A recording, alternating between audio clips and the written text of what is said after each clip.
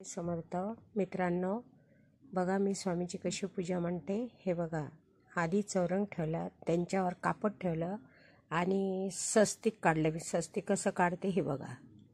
आणि मग असे पण चालतात, घरातले कुठलेही तांदूळ चालतात आणि कोणते पण तांदूळ चालतात. बघा, त्याच्यावर आता मी टिंबी देते स्वस्तिकवर. मनाने जेवढे तांदूळ काढायचे तेवढे घरातले काढा. आणि आता इथं स्वामींची मूर्ती ठेवायची स्वस्तिकवर. आणि बघा, मी स्वामींना कुंकू चालत नाही, स्वामीचा फोटो ठेवला आणि त्याला अष्टगंध लावले. मी स्वामीजींना कुंकू चालत नसल्यामुळे अष्टगंध लावला. बघा आता तुम्ही कडे अष्टगंध नित्यनेमान लावायला. तुमच्याकडे कोणतं पण अष्टगंध असेल ते नित्यनेमान लावा, पण स्वामीजींना अष्टगंध लावा. बघा, स्वामींची मूर्ती ठेवली स्वस्तिकवर, त्यांना पांढरं फूल वाहलं. ज्यांना लाल फूल आवडते म्हणून मी लाल फूल पण त्यांच्या फोटोवर ठेवलं. फुलांचा हार त्यांना खूप आवडते म्हणून मी स्वामीजींना पिवळ्या फुलाचा हार चढून राहिले.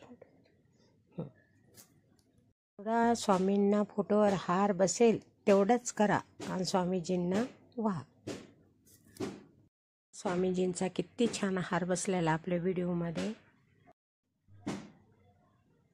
तांब्या घेतलेला आहे, त्याच्यामध्ये तांब्या भरून पाणी घेतलेलं आहे, त्याला लाल धागा लावलेला आहे आणि त्याच्यात 5 पानं ठेवून त्याच्यामध्ये नारळ ठेवलेला आहे.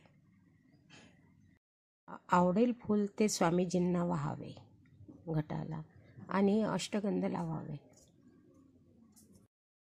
मी घटांची पूजा करत आहे. बघा, माझ्या व्हिडिओमध्ये दिसून तुम्हाला राहिला.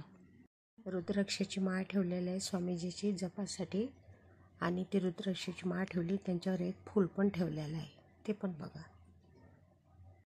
कारण आपण जे रुद्राक्षाची माळ जपतो ना, तर त्याची पूजा पण व्हायला हवी आहे. मी रुद्राक्षावर फूल पण पिवळ्या कलरचं ठेवून राहिले.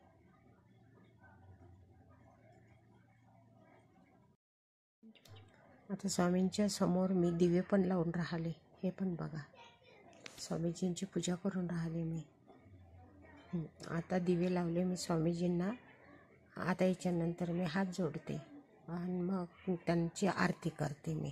स्वामीजींना पिवळेच फुलं वाहा, त्यांना पिवळे फुलं खूप आवडतात. स्वामींना जरूर जरूर पिवळे फुलं वाहा माझ्या मित्रांनो.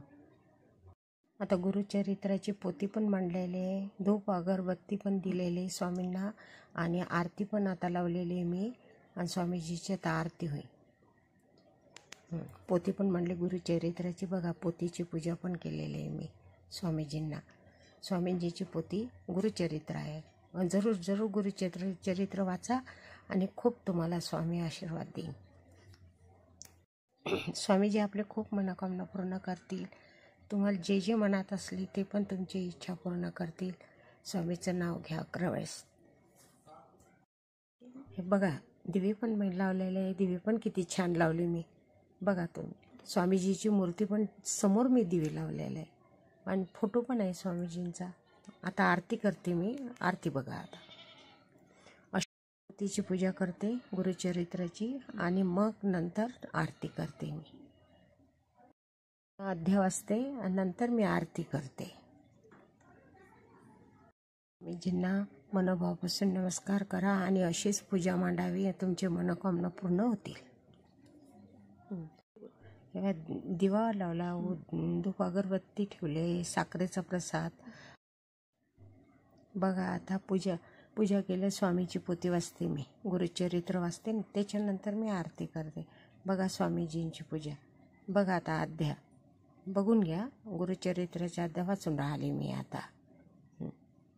आता थोड्या वेळाने आरती करते. अध्याय झाले का मी आरती करणार. आरती केल्यानंतर प्रसाद ठेवणार. मग प्रसाद झाली, मनोकामना तुमची खूप खूप मनोकामना पूर्ण होतील. स्वामीची पूजा करत राहावी तुम्ही. जरूर जरूर करावे. स्वामीजींना हात जोडून नमस्कार करा आणि जसे तुम्ही नमस्कार करसाल तसं स्वामी पावन होतील तुम्हाला. सर्व सुख संपत्ती सर्व देतील स्वामींना. स्वामी तुम्हाला खूप घराला सुख संपत्ती सर्व देतील. मनोकामना पूर्ण करतील, तुमची इच्छा पूर्ण करतील. स्वामीजींना असेच हात जोडत राहावे. दर गुरुवारी अशीच पूजा मांडावी, अशीच पूजा करावी, अशीच पूजा करावी. चांगल्याप्रमाणे अशीच पूजा मांडावी. तुमचे मनोकामना खूप खूप पूर्ण करतील. आयुष्यभर तुम्हाला साथ देतील स्वामीजी. श्री स्वामी समर्थ महाराज की जय. आई साहेब की जय. गोमाता की जय. स्वामी समर्थ महाराज की जय. तुमच्या पाठीशी